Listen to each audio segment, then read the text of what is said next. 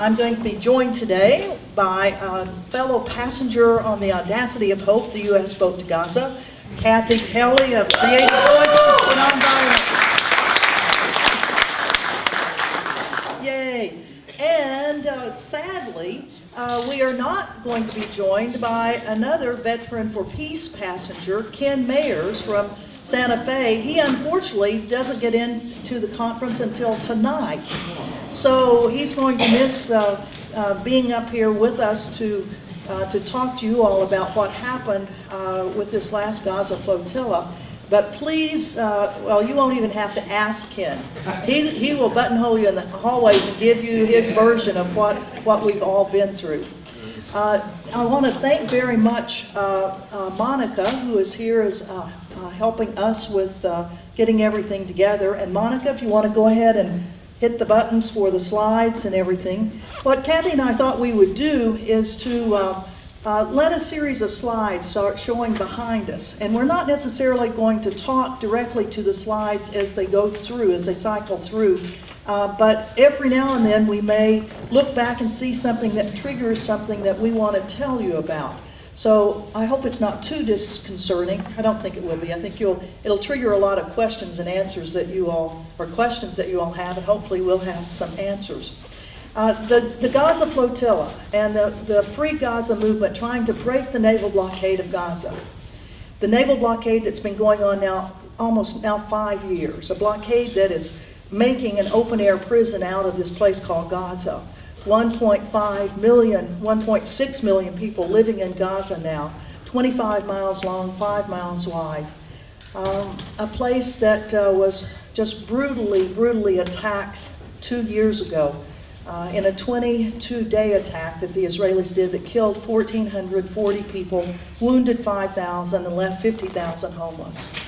I know many of you all in Veterans for Peace have been involved not only in issues of direct U.S. military involvement in combat things all over the world, but you've also been very involved in holding the U.S. accountable for its complicity in lots of other conflicts around the world, and particularly the total U.S. government complicity in everything that Israel is doing to the Palestinians in the West Bank and in Gaza. I know that Veterans for Peace has been stalwarts in saying that this should not be going on. And we do thank you all so much for your support as we worked on this last flotilla. The brutal 22-day attack that happened 2 years ago was the first time that I really got involved in Palestinian issues.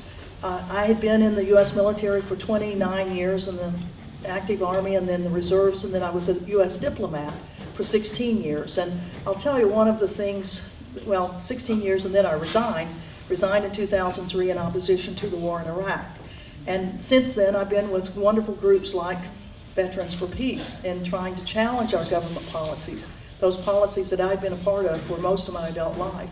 And one of those policies that every U.S. diplomat had been asked is, why is the United States always supporting everything that Israel does? Don't you have any concern for the Palestinians themselves? You know, and that is one of the questions that the whole world asks us. And what is the answer? It is the policy of the United States. It really is, and you see it very, very plainly in our latest administration, the Obama administration, where our vice president very clearly says that the security of the state of Israel is a #1 priority of the United States. And we give Israel $3 billion a year solely for military use. And we saw it being used in Gaza in 2009 in that attack. And the way I really got involved in that, I ended up going to Gaza 3 times in 2009. And the first trip really was triggered by Kathy Kelly. Kathy Kelly, who went into Gaza in January of 2009 and started writing about what was going on in Gaza. And her, as you all have read her accounts of Iraq and Afghanistan and of Gaza, the compelling stories that she writes were what really got me off my behind in Honolulu to call Medea Benjamin of Code Pink Women for Peace to say, Medea, I'm going to go see, I want to see what's happening. And lo and behold, we were on our way within 2 weeks. So Kathy is a real key part of my being involved in issues that many of you all have been involved in for so very, very long. But how do we challenge our own government's action? And I know many of you all are working very, very hard on issues of boycott, divestment, and sanctions, trying to challenge the Israeli government on through that mechanism. But this idea of challenging a naval blockade, it started really with the Free Gaza movement in 2008, and they got 5 boats actually into Gaza, small little boats. But then in 2009, with the Israeli attack on Gaza, the next boats were stopped forcefully. Then the idea was, well, if 1-2 boats are going to be stopped, maybe if there's a big flotilla, maybe more than 2 boats. And that's where the 2010 Gaza Flotilla started, getting more boats. And I was on that flotilla last year, the one that was attacked brutally by the Israeli government, where over 700 people were on the 6 ships. Each one of the 6 ships was attacked. And we know the story of what happened on the Mavi Marmara, where 9 people were killed, 8 Turkish citizens and 1 US citizen. 50 people were severely injured. Those of us that were on the flotilla ended up going into Israeli prison for 3 days and then all deported, a 10-year deportation from Israel, which means that essentially we can't go back to the West Bank. But that did not deter us as citizen activists, and that's what the title of this presentation is, citizen activism. And one of the ways that people have chosen to be active in challenging international policies of the United States, of Israel, is to use a thing called a boat. And the next step in that was using not just 6 boats, but this time we had 10 boats. 10 boats that were part of the 2011 flotilla. And one of the boats was a U.S. boat to Gaza called the Audacity of Hope, named for President Obama's book. So it's kind of right back in the face of the administration, the Audacity of Hope. How many of you all helped with the fundraising for us to purchase the Audacity of Hope? Yeah. I can imagine all of you in some way were a part of that, because it was incredible what happened. We didn't know really what the response would be of the American public. There were only 14 American citizens that were on the 2010 flotilla, only 14 out of 700. And when I came back from that, it was like, well, we've got to have more U.S. citizens challenging U.S. policies and Israeli policies, and let's get us a boat. And then it was like, well, how do you get a boat? Well, you fundraise. And how many of you all are boat owners? You're very wise people. There are 2 crazy people in the back that raise their hands, but everybody else is pretty sane. This whole idea of trying to buy a boat, get our own boat, and then we would be part of an international coalition that would go to Gaza, try to go to Gaza. Well, you all probably know what happened. We didn't quite make it to Gaza. And what I would like to do is to turn this over to Kathy Kelly to let her give a little description of what happened when we all got to Gaza, all 35 passengers got to Gaza. Got to Greece. Yay, Kathy. Thank you, Anne. It certainly was a learning experience for me, and I hope that every now and then, Anne, you'll wake up in the morning and recall various events from that time. I've seen Anne Wright in action in a number of different settings, but I was just in awe of her ability to inspire and, in a good sense, be the rudder for our group, and not to lose the sense of purpose and dignity in what was a very, very unusual project. I guess I want to say that one of the things I didn't know, Anne, was that 500,000 people applied to be on the Mavi Marmara. That's a lot of people. And so just as so many people around the world, even in Albany, I certainly noticed it when people gathered for the UNET conference, it just kind of shot through collective movements all around the world, that we had a responsibility to the families and to the people who had been killed on the Mavi Marmara, that we couldn't turn away. And I know that even as we say it, in some ways it's very seductive to avert our gaze, to turn away, to feel the sense of distance. But being in Greece and being as close as we were and going through nonviolence trainings, I think we again were beginning to recognize the tremendous responsibility we have. And of course, the Mavi Marmara wasn't able to sail. It wasn't ready for reasons Anne could speak about later on. But that meant that we lost the 1,000 passengers who were going to be on that boat. And that made the United States boat the largest and the lead boat. Well, you know, a lot of times you're always trying to cringe from the United States, saying, oh, we're number one. But in this sense, we should have been the lead boat, because it's the United States that has been the lead supporter, protector, the undergirding, if you will, for Israeli war crimes, for crimes against humanity. And this isn't to say that Hamas and other groups and paramilitaries haven't committed crimes as well, but the enormity, the magnitude of the U.S. crimes. And maybe, if you don't mind, I'd just like to ask you to go with me back into a pocket of memory that takes me back to 2002. I'd been in the Jenin camp. We literally tied a pillowcase onto a broom pole and talked our way into that camp, which was populated by people who had already been made refugees once.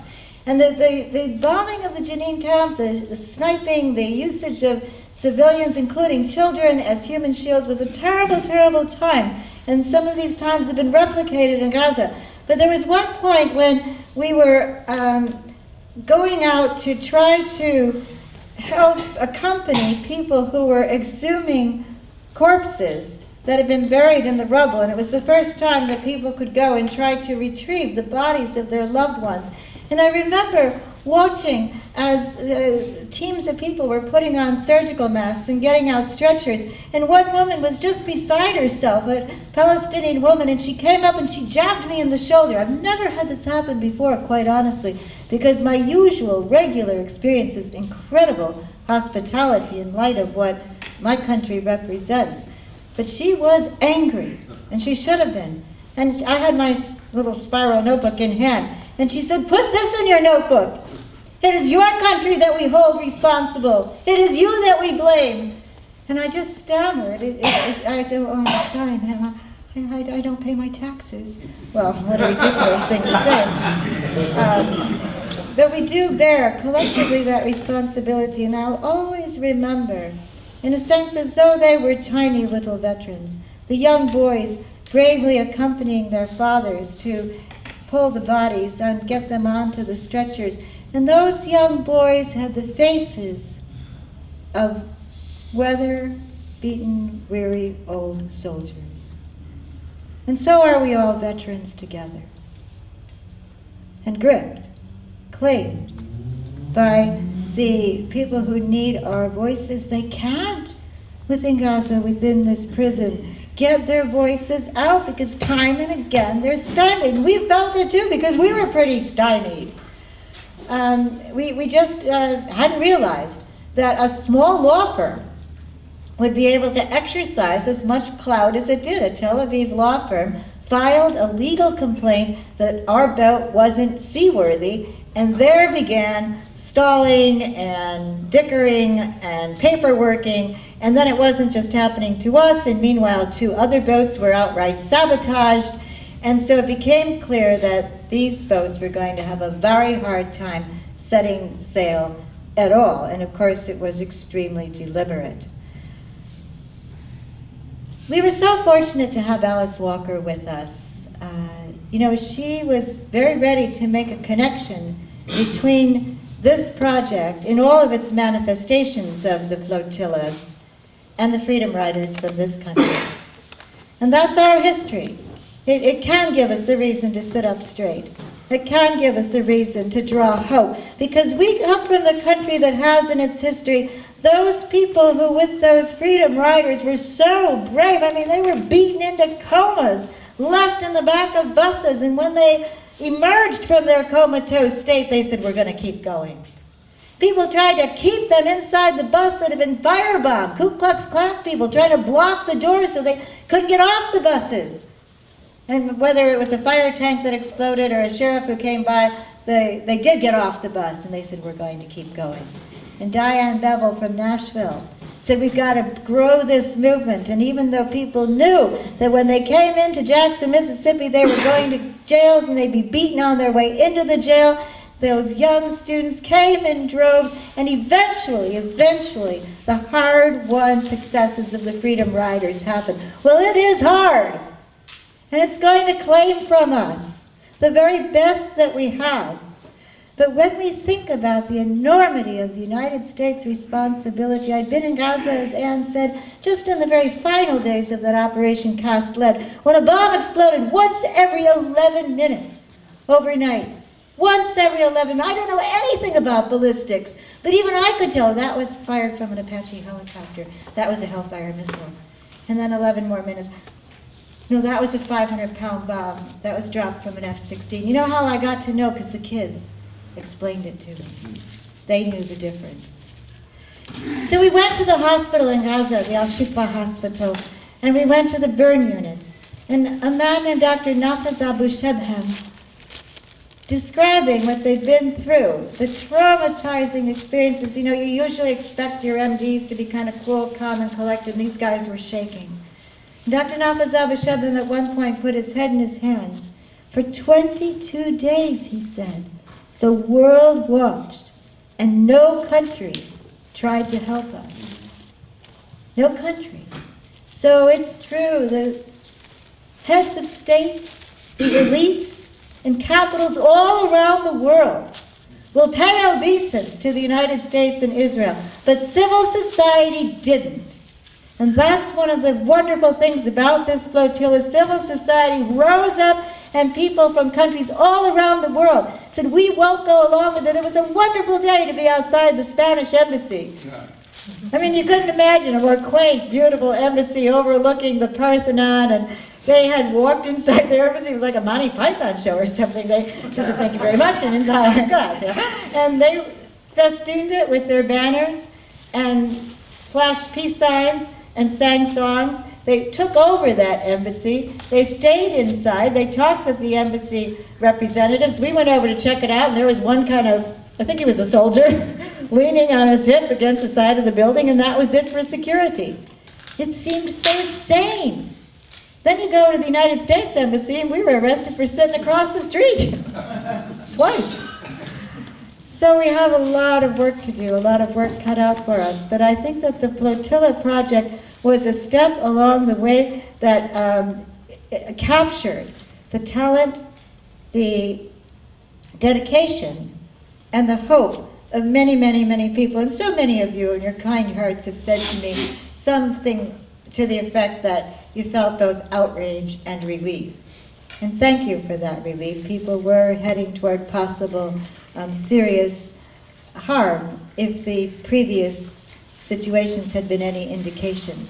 But I think our collective sigh of relief can only really be exhaled when we know the same is true for our brothers and sisters in Gaza and for those children.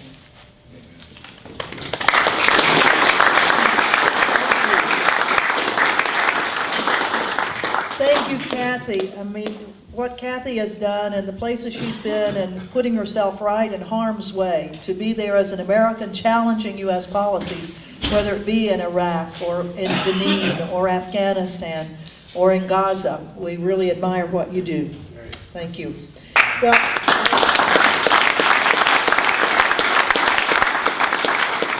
and how many of you all have been on trips with Kathy to Iraq? Or Iraq? How about to Afghanistan? Well, we got to fix that one. People going to Afghanistan in September 1st. We have Doug Mackey and Larry Kirshner, among others, going over to Afghanistan September 1st with a water project. So please see them. Do you mind to stand up, Larry and Doug? Helping to bring purified water to people in an area of the world where 65% of the people maximum get potable water. And you can imagine the waterborne diseases affecting others. And then Mike Ferner and I were in Afghanistan with Kathy in December of this last year as a part of the, being with Afghan youth, the Afghan Youth Project. So we really appreciate the opportunity for Veterans for Peace to be participating in all of these types of remarkable opportunities for us to bear witness to what's going on in these places.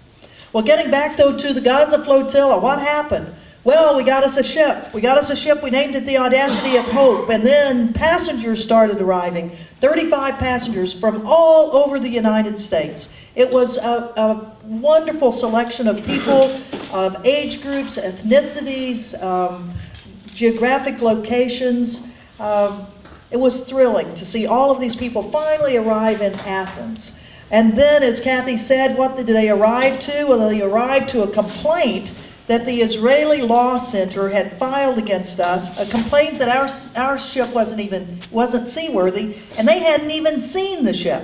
And they put in this complaint. This is a part of a new strategy the Israeli government has. It's not warfare as such, it's called lawfare. Lawfare, they use the law. They use filing legal complaints against you to try to stop you. And this legal complaint against our ship for being unseaworthy was something that triggered an inspection of the ship by the Greeks. Well, and one can say, of course, they have the right to inspect any ships that are on their waters, but when this is being triggered by a different government for political purposes. And that was the first indication we were getting that indeed the Israelis had brought the naval blockade of Gaza to the shores of Greece. And over the successive days, it became more and more apparent what was happening. Actually, it became apparent because the Israelis were actually publicly talking about it. The Israeli government started making announcements that created firestorms. We really didn't have to do a whole lot to get publicity for the fact that there were internationals that were challenging their naval blockade. It was unbelievable. We could not have generated as much publicity for this if it hadn't been. Maybe we should pay the Israeli PR people because, it was incredible. All of a sudden, they were making pronouncements that if any journalists would go on any of these boats, they were going to be banned from Israel for 10 years for being on the boat. Well, of course, for the journalist community, that created they were outraged, and the Netanyahu government had to back down. In fact, Prime Minister Netanyahu himself had to hold a special cabinet meeting and then announce, well, there was a junior person in the government that made that decision, and that was not correct. Well, but we found out other things that were going on behind the scenes as we kept waiting for the report of inspection of our boat. The Greeks said you can't move your boat until in fact, there's a police order. You cannot, by order of the police, move your boat from the dock where you are, which was in a shipyard just outside of Piraeus. We were ordered to the dock, couldn't take the thing out of there until they gave us the results of the inspection. Well, 7 days we waited for the inspection results, and they wouldn't give it to us. So here we were at the 1st of July, and we had already had passengers there for 8 days. And we were anticipating that if this was going to happen, that we would be at sea on July 30th, that the Israelis would accost us on the 1st or 2nd, we'd go to jail, get deported, and people would be going home by the 6th of July. Well, then we saw very clearly that that was not going to happen, that the strategy of the Israeli government was to get the Greek government to do its dirty work for them. And because of the financial crisis that Greece was going through at the time, a terrible crisis caused in many respects by the United States and the international community going after some of these countries. You see the handwriting was on the wall about the privatization of all the functions of the government, and it's Naomi Klein's shock doctrine. It had hit the shores of Greece, compounded by the Israelis, who had, what kind of pressure did they put on the Greeks? A lot of pressure. Trade agreements that were going to be taken away from them, tourism agreements, the military agreements. After the first flotilla, when the Turkish government got so furious, of course, as they were outraged by what the Israelis had done to the Turkish ship and killing 8 Turkish citizens and 1 U.S. citizen, of which the United States didn't seem to be outraged at all. Well, the Israeli government started making better friendships with the Greek government a year before this, before our flotilla actually sailed. Start weaving their way into the Greek economy even stronger. And as a result, there was a lot of leverage Israel had. And Greece, a country that was one of the first countries to recognize the PLO back in the 60s, and the first place that PLO was ever able to open up an office was in Greece. And yet it was the Greek government that said, we'll do the dirty work of the Israeli government. So at a certain point, we were tired of all of this. We felt we had to make a break for it. We had to make a break for it. And here's the boat that made the break for it. This was the U.S. boat to Gaza, the Audacity of Hope. And inside some of these pictures, this is our kitchen crew right here, cooking for 60 people that were there. There's part of the team that was on board. We had 5 crew members, one of whom, our captain, John Klusmeyer from California, was a captain of the very first ship that went into Gaza in 2008. This is a press conference we had right before we set sail. Alice Walker, dear Alice Walker, whose stories about Gaza when she went into Gaza in 2009, overcoming speechlessness is what she wrote about, the horrors that she saw in Gaza. And here we are, getting ready to set sail. There's Ray McGovern, Bob Neiman, there's Ken Mayer over on the right, and there's Kathy Kelly right there. Gabe Sibioni from Tucson. There we are, getting ready to break out of our dock. We knew that probably we were being watched. We had a feeling. we had a feeling that maybe Mossad was there. Maybe, well, actually, there was another indicator we were being watched.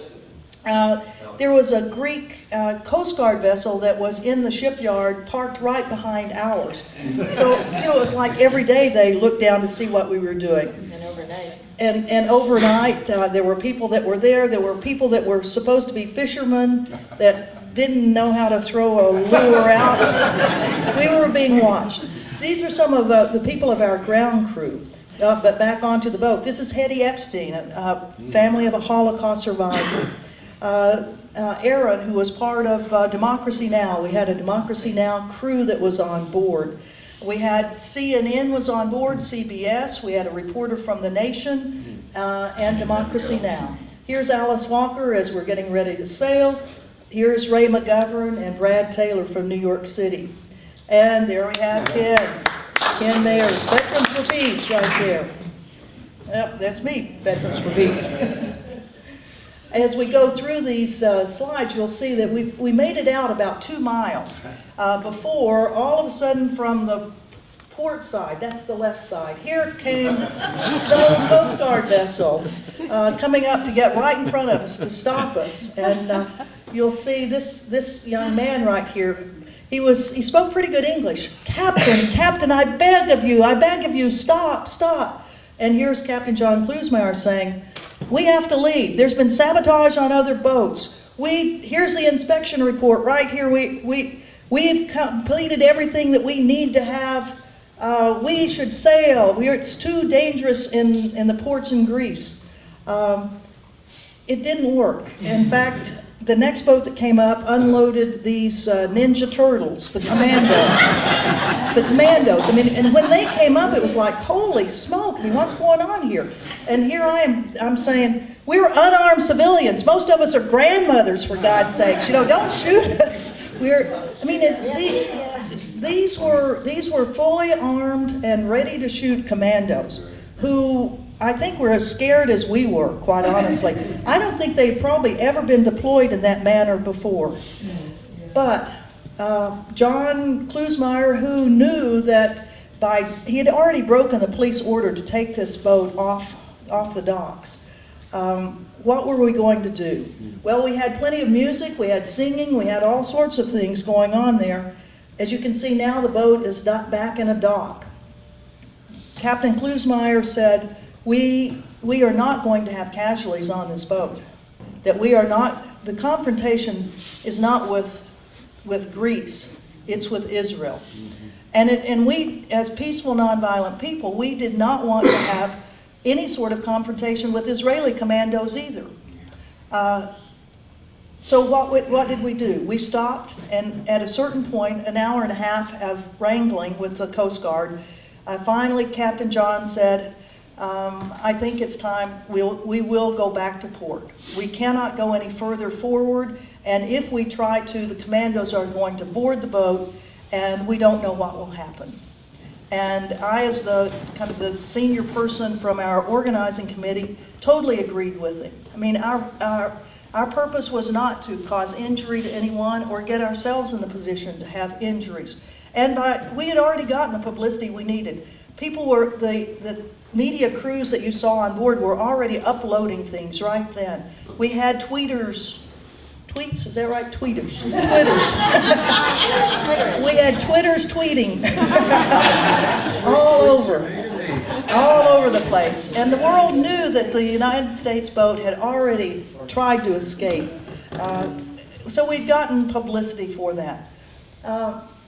Some of the other slides that you're going to be seeing are things that happened that led up to that decision to break out. We were doing lots of training beforehand, a lot of training. This film right here, this slide, is actually on the 4th of July. This was the third day that our boat had been in captivity, imprisoned on the pier at Karatsini. And we had a 4th of July party there. This is at the court as we were waiting a verdict. As you can see, the solemn faces here. Our captain had been arrested after we got back to the dock. And what was going to happen? He was charged with a felony.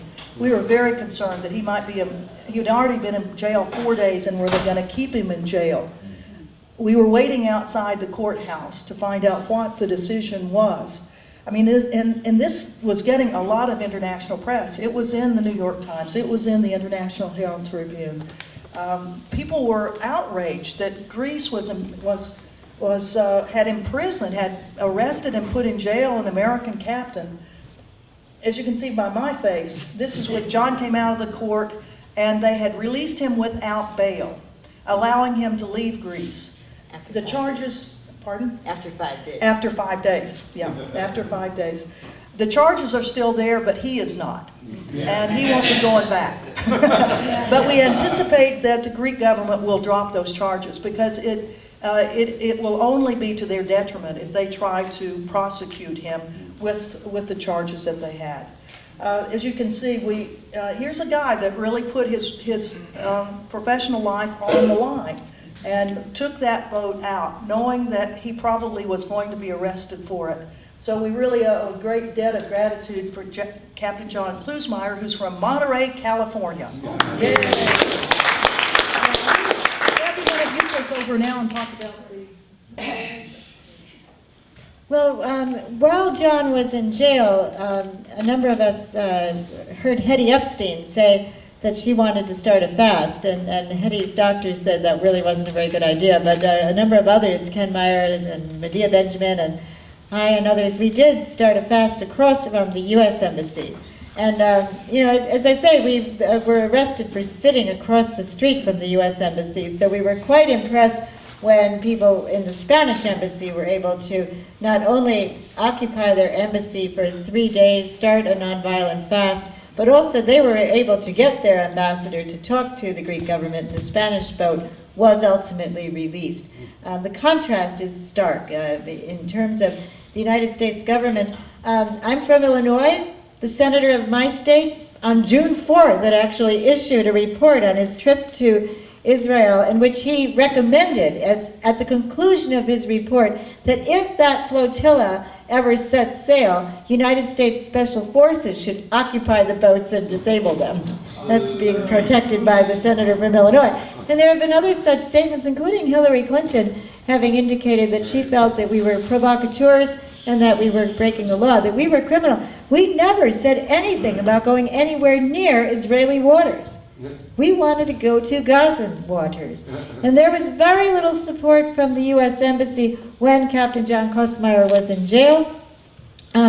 Certainly no sense of support, not really even very much openness or dialogue when citizens from the United States were across the street from the U.S. Embassy. So our work in terms of trying to establish that dialogue is important, but also there was a great deal of support back here in the United States. And while the boat was confined, imprisoned if you will, Anne underwent one of the most difficult stretches, I think. She and a small contingent of women had stayed on the boat. You couldn't leave the boat alone. I mean, this was a $300,000 investment. And the reality of the sabotage of the Irish ship, the Cherche, in Istanbul, and the other boat, Anne, that was in Greece. Greek, Swedish, Norwegian. Yeah, a Greek, Swedish, Norwegian boat had also been sabotaged, and there was very serious sabotage that was carried out by frogmen diving under the boats, possibly using plastic explosives, and doing so much damage that had it not been discovered and the boat had set sail, either boat could have been lethally sinking. Rainbow Warrior. Yeah, thank you. Yeah. So these were very serious situations. In fact, we had somebody around the clock. I had a wonderful time watching the dawn come up over Karatsini with Ken Myers doing the watch. We literally stayed awake all night long in shifts in order to make sure that the boats wouldn't be attacked. So Anne and others stayed on the boats after a number of us had left. My departure was to try to be part of the flotilla and fly over to Ben Gurion Airport and see if I could end it. But I had a U.S. boat to Gaza t-shirt on. Deported. The flotilla. So Anne was on the ship in a sweltering heat, and although the shore power had been previously provided by the Greek Coast Guard, it was cut. So sweltering temperatures, and not only were they trying to deal with the heat with no source of electricity, and our water source was iffy, and we were taking showers on this kind of rig out on the catwalk right over the water with a sheet wrapped around, but also a Russian boat that was dealing in grain, right, started to spew the very fine grains all over the harbor and all over the ship, so the air quality was horrible, and that was the situation in which Anne started to ask people, make phone calls. So do you want to pick it up from there, Anne? Yeah, well, and you all made phone calls. Oh my goodness. How many of you all called the U.S. Embassy, the U.S. Consulate, the Greek Embassy? I mean, it was unbelievable. We just put out a quick press release, so to speak, that could be picked up by listservs all over the world, and just said, this is terrible. The conditions here are outrageous. We're getting no help in sight. No water, no electricity. 100-degree weather, all this stuff, and you all took the ball and ran with it. Oh my God. The U.S. State Department was overwhelmed, was deluged with phone calls. Yeah. We put on it the Operations Center, which is a 24-hour watch center for the State Department, where emergency calls can come in from all over the world. Well, it was an emergency. It was what was going on in U.S. policies toward the Palestinians. It was an emergency. Well, they were inundated with phone calls, to the extent that, how many of you all actually finally got to talk to somebody? First, the second, and third, you can get through to them, then you sort of send messages. And then the messages. And then finally, I think there was a recorded message. If you have anything to say about the Audacity of Hope in Athens, Greece, send it to this email. Yeah, and then the U.S. Embassy in Athens was just bombarded with commentary. And the Greek Embassy in Washington, and the Greek Consulate Greek mission to the UN in New York. I canceled my family vacation. Wow, he canceled his family vacation. Wow. Well, I don't even have a family or the Oh. money.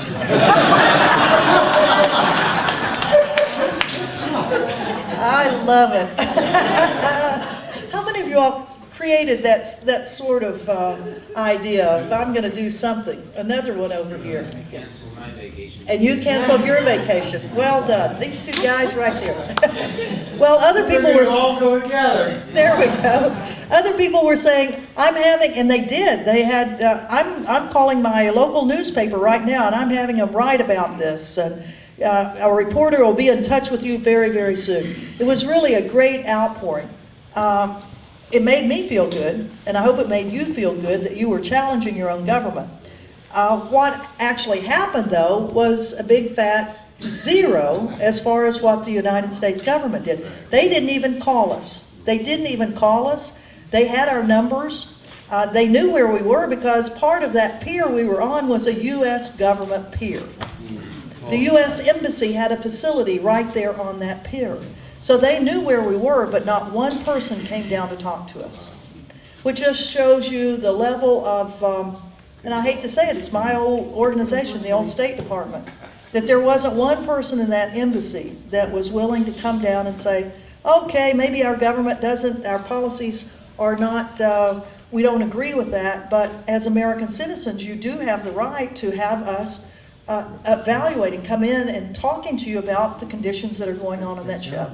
Not one person came down there, not a one. No, it was pretty outrageous. And it was outrageous what happened to Kathy when they had this hunger strike out on the 4th of July, for God's sakes. The 4th of July, Independence Day, in front of the U.S. Embassy in Athens, Greece. And what happens to these folks?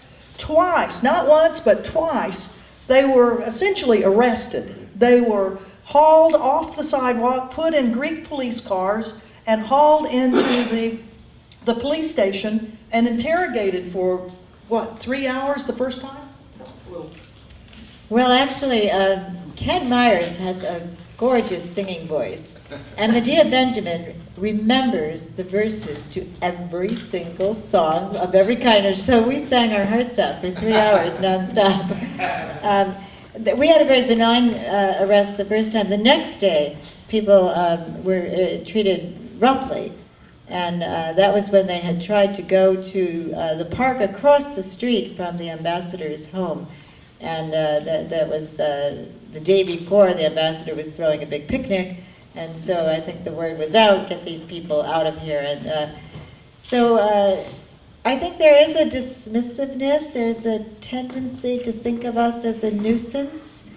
But you know, whatever travails we experience, these are quite minimal in comparison to what people in Gaza can't escape. They're so trapped.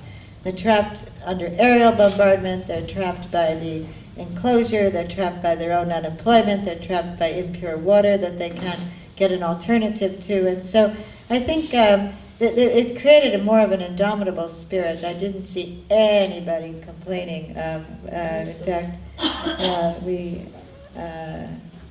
we were then greeted by people from Syntagma Square, these activists who've gone forth in spite of tear gas, beatings, hospitalizations of 600 people who were badly injured, and they are determined. They're not going to allow their governance to continue the upward distribution of their wealth. They want to reverse that. And I think that those kinds of gatherings, the Syntagma Square was so emblematic of a real democracy functioning, with people getting together for evening meetings and working on consensus representing a very diverse grouping of people, that's happening across what we might call a European summer. So we've had the Arab uprisings and Arab Spring, a European summer. I want to hope in an American autumn. October 6th. That's right, October 6th. That's our opportunity to go to Washington, D.C. and to be there as a part of a international uprising against government. So how many of you all are planning to go on October 6th? Yeah. Good. And those of you who don't have your hands up yet, we'll convince you to go before we leave here. Yeah. Well, Like word for all the Facebook fans, stop typing, start marching. there we go. That's a good sign. Stop typing, start marching. I'm not a hippie, I'm a square. There we go. Be a square. Come to the square. Freedom Square in Washington, D.C. Now, some of the other slides that you've seen up here, we haven't talked much about. One of them that preceded the The picture of Kathy and everyone in the hunger fast showed a couple of people in life jackets. Now, what was all of that about? Well, that was the afternoon that we went to the Ministry of Civilian Protection. That's the ministry that issued the order that no boats could go from Greece into the waters of Gaza. I mean, how about that for a governmental pronouncement that boats have not the right to leave your waters to go where they want to? I mean, it's unprecedented, really, that there was a government that said you cannot leave our waters to go to a certain other place. Perhaps the United States has done that, though, as I think back on it. How about that blockade of Cuba? For how many years we had that thing on? Yeah, between the Israeli government and the American government, it's pretty remarkable, terrible. And now we've got the Greek government saying the same thing. So we decided we would go protest. And while we've got this one up, look up there. That's the Acropolis and the Parthenon on the top. And that's what the site from the Spanish embassy. Now, how about that for a location? And then these are the banners that Lori Arbeiter, a great creative force for us, she had put together all the flags of all of the countries represented in the flotilla. And there we were at the top of Syntagma Square with the Parliament of Greece behind us, with all of these signs in Greek and English. And we walked that banner, that long, long banner, all the way down to the British, or to the Spanish embassy, to be there in solidarity with the people that were occupying. These slides here show all of the training that we had before we got on the ship. A lot of nonviolent training, and one of the most, there's Lisa Fithian that many of you all know, that's been a great trainer for years and years. Everybody looks kind of sober right there because we gave them a little taste of what it was like when the Israelis attacked the ships last year. The brutality on every one of the ships, brutality without killing people, but really, really knocking people around. Here we have the beginning of every one of our meetings, starting it out with a rousing song. And this is at a dinner where internationals from Spain, from Norway, from Sweden, from Greece were with us for a big dinner. Part of that solidarity of all of the people, although we didn't get to be with all of them because many of them were not in Athens. Many of them had gone to where their boats were, and not all of them were in Athens. So we didn't get to see the Italians and the Dutch that were in a boat that was up in northern Greece. We didn't see many of the Canadians who had gone straight down to Crete where their boat was. We saw some of the Spanish, but a lot of the Spanish went directly to their boat in Crete. We didn't see any of the Irish because they went directly where their boat was, which was in Turkey. We didn't see the French who had left Corsica and had sailed a small motor, what would you call it? Well, a boat with an engine. You can tell I learned a lot in trying to buy a boat. I was a part of the boat buying team for us. Yeah, we'd like a boat with an engine, thank you. Yeah, but we got the very best boat of them all. So we did a lot of things in Athens because we were stalled there. In fact, I think all of us learned a heck of a lot about Athens. We were all over the place. We were a part of the protests that were down in Syntagma Square. We had people that were at the square every single night. The people that were under the age of, well, I would say probably, what was it, 60%, 70% were above the age of 50 that were on our boat. The ones that were below 50, and there were some that were actually below 30, they were down in Syntagma Square every single night, because every night thousands, tens of thousands of Greeks would go down to the square to talk about what they want in their own country, how they want to reshape their government. It was really, really thrilling to hear these ideas. And we heard them in English because they were so well organized that they had translators at the square, translators that could translate in virtually every language. And you just go over to the translation place and say, okay, you know, the English speaking people are here, do you have somebody to translate for us? And then off you would go with them. And then maybe you would be faced later on in the evening with the riot police who would be there to blow, 100 tear gas bombs at you. It was unbelievable. Pardon? Yeah, and where were those made? United States. The U.S., and I think there were some Israeli ones that they found in there. Yeah. But every day there was something that was going on. A couple of the pictures that you saw were of a press conference, an international press conference that we had that was really, really quite a great one. We had lots and lots of attention from the international media that was in Athens, and the U.S. contingent did a very good job of getting a lot of signs, those black and white signs that you saw, the Free Gaza signs, and then the big banners that we held down. In fact, here are many of them. This was a protest out in front of the U.S. Embassy. There's Ray McGovern with his upside-down flag. I don't think you might see it. And there's Lori Arbeiter going on to the boat. She's in front there. And she's one of the ones that's cooked up all of these. Actually, if you're wearing a black and white t-shirt, most likely Lori has designed it. Between arrest Bush, arrest Cheney first, all of those are many of the ones that Lori has done. But every day there were so many activities that we had for people, trying to keep them busy, trying to keep us as citizen activists, no matter where you are, no matter where you get stalled, whether it's in Cairo, Egypt on the Gaza Freedom March and the Egyptians won't let you go into Gaza, or whether it's in Athens, Greece, and the Greeks won't let you get your boats out of Greece to go to Gaza. I mean, countries are taking extraordinary steps, aren't they, to prevent us from finding out what's going on in Gaza.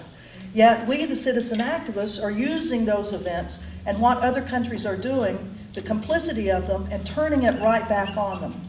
And I think from the point of view of the people of Gaza and the West Bank, they are very, very appreciative of what we're doing.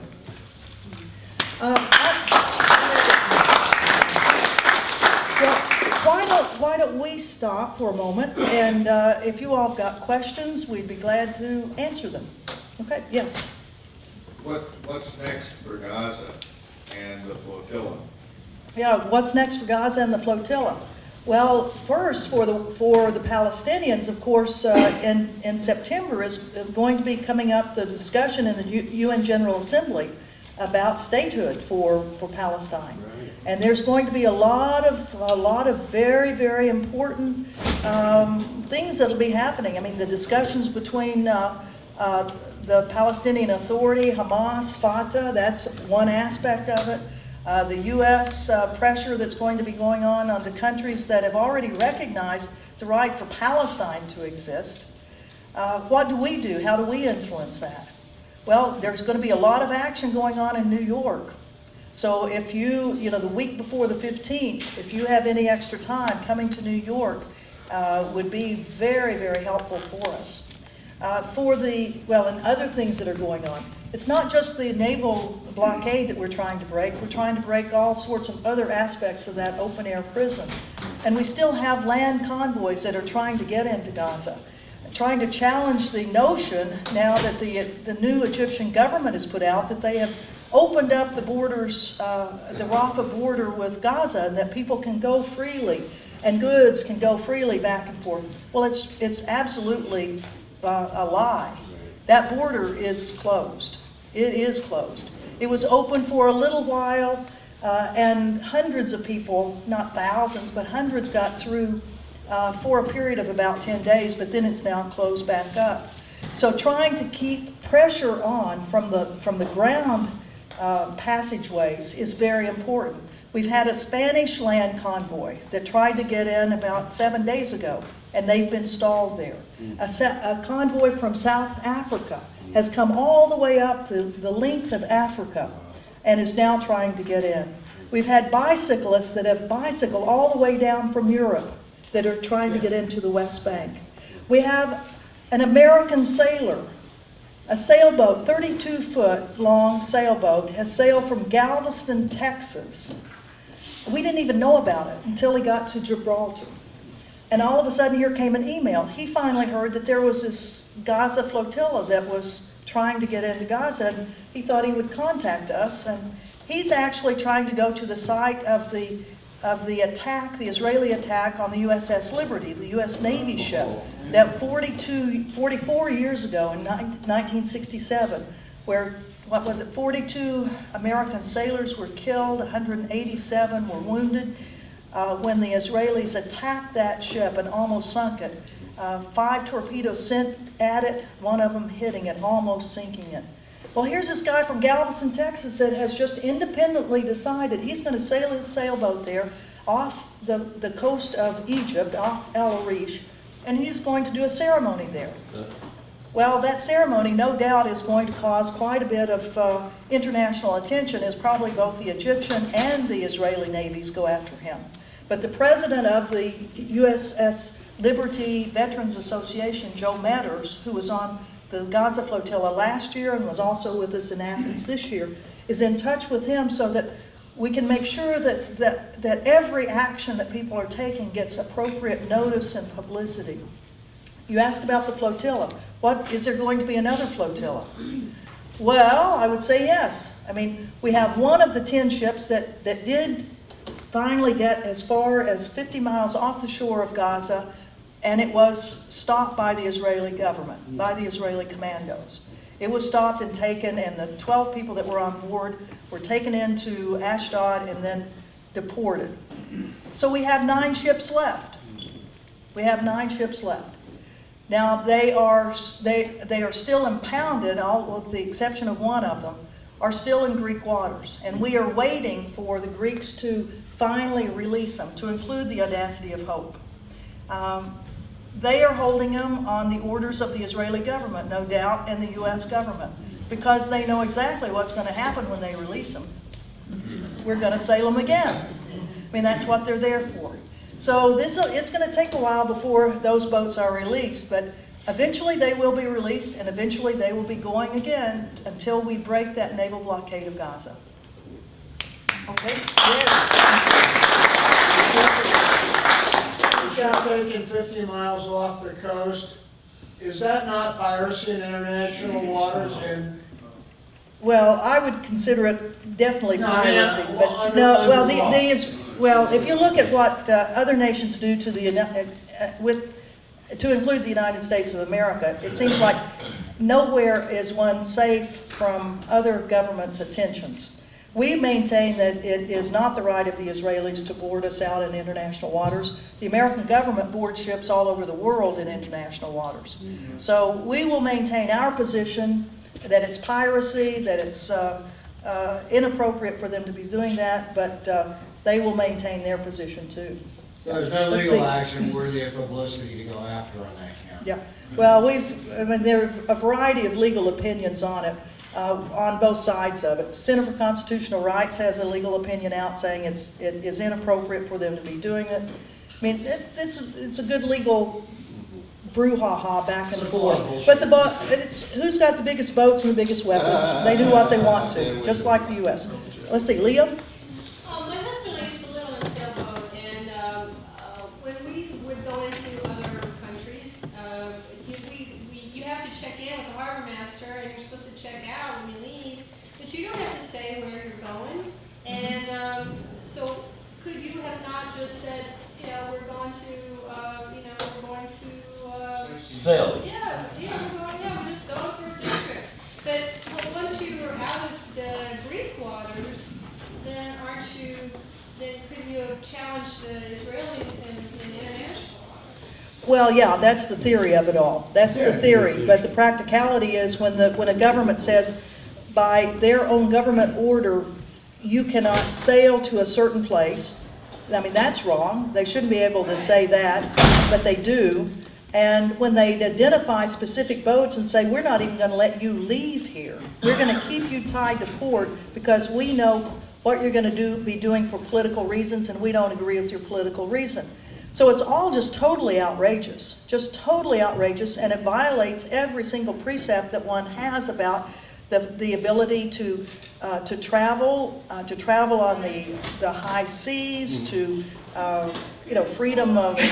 every freedom is being smashed by what's going on now, and we you know, we argue with them, and bottom line is, as I mentioned before, they've got the guns and they've got the ability to make you stop. And follow, so the next time you do this, what if you start out from, you know, Algeria or someplace that's, you know, not so beholden? Well, you're absolutely right. We sure as hell aren't going from Greece again.